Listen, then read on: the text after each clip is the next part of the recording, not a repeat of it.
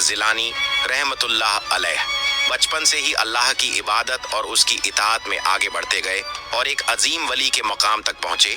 एक दिन गौसुल आज़म रहमतुल्लाह अलैह गहरे जंगल की एक वीरान जगह पर इबादत में मशगूल थे कि अचानक एक अजीब और डरावनी शक्ल वाला शख्स सामने आ गया।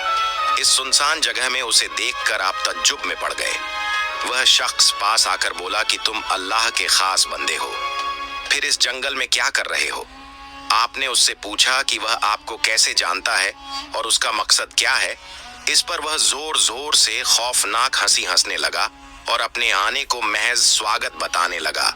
लेकिन जब आपने सख्ती से सवाल दोहराया तो वह हंसते हंसते जिन्न की शक्ल में बदल गया और कहने लगा कि वह शैतानी जिन्न है जिसने बहुत से लोगों को गुमराह किया था, मगर आपने अपनी दावत और असर से उन्हें सीधे रास्ते पर ला खड़ा किया। यह सुनकर आपने फरमाया कि यह कोई मेरी ताकत नहीं बल्कि अल्लाह की रहमत है और उसे वहां से चले जाने को कहा क्योंकि आप इबादत में मशगूल हैं। मगर वह शैतानी जिन्न धमकी देते हुए करीब बढ़ने लगा कि आज तुम्हें अकेला पाकर खत्म कर देगा। तब हजरत अब्दुल कादिर जिलानी रहमतुल्लाह अलैह ने पूरे यकीन के साथ अल्लाह के सामने दुआ के लिए हाथ उठा दिए। उसी पल अचानक न जाने कहां से एक भारी लोहे का हथौड़ा नाजिल हुआ और शैतानी जिन के सिर पर आ पड़ा। वह इस वार को सह न सका और चीख के साथ गायब हो गया। इसके बाद हजरत अब्दुल कादिर जिलानी रहमतुल्लाह अलैह वहां से दूसरी जगह तशरीफ ले गए और फिर से अल्लाह की इबादत में मशगूल हो गए। उधर वह शैतानी जिन अपने बादशाह के पास पहुंचा और बोला कि मैं अब्दुल कादिर जिलानी के ईमान के सामने हार चुका हूं और अगर तुम उसे शिकस्त देना चाहते हो तो खुद तुम्हें जाना होगा। यह सुनते ही जिन्हों का बादशाह सख्त गुस्से में आ गया और भयानक रूप धारण कर गहरे जंगल में हजरत अब्दुल कादिर जिलानी रहमतुल्लाह अलैह के सामने आ पहुंचा।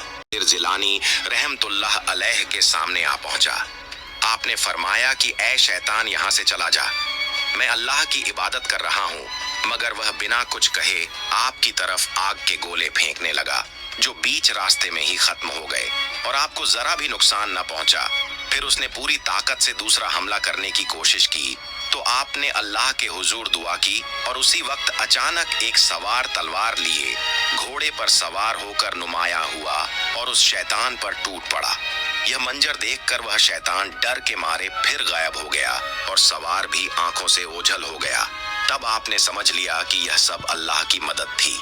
इसके बाद आप एक और वीरान मकाम पर पहुंचे और कुरान की तिलावत में लग गए। उसी रात जोरदार बारिश होने लगी और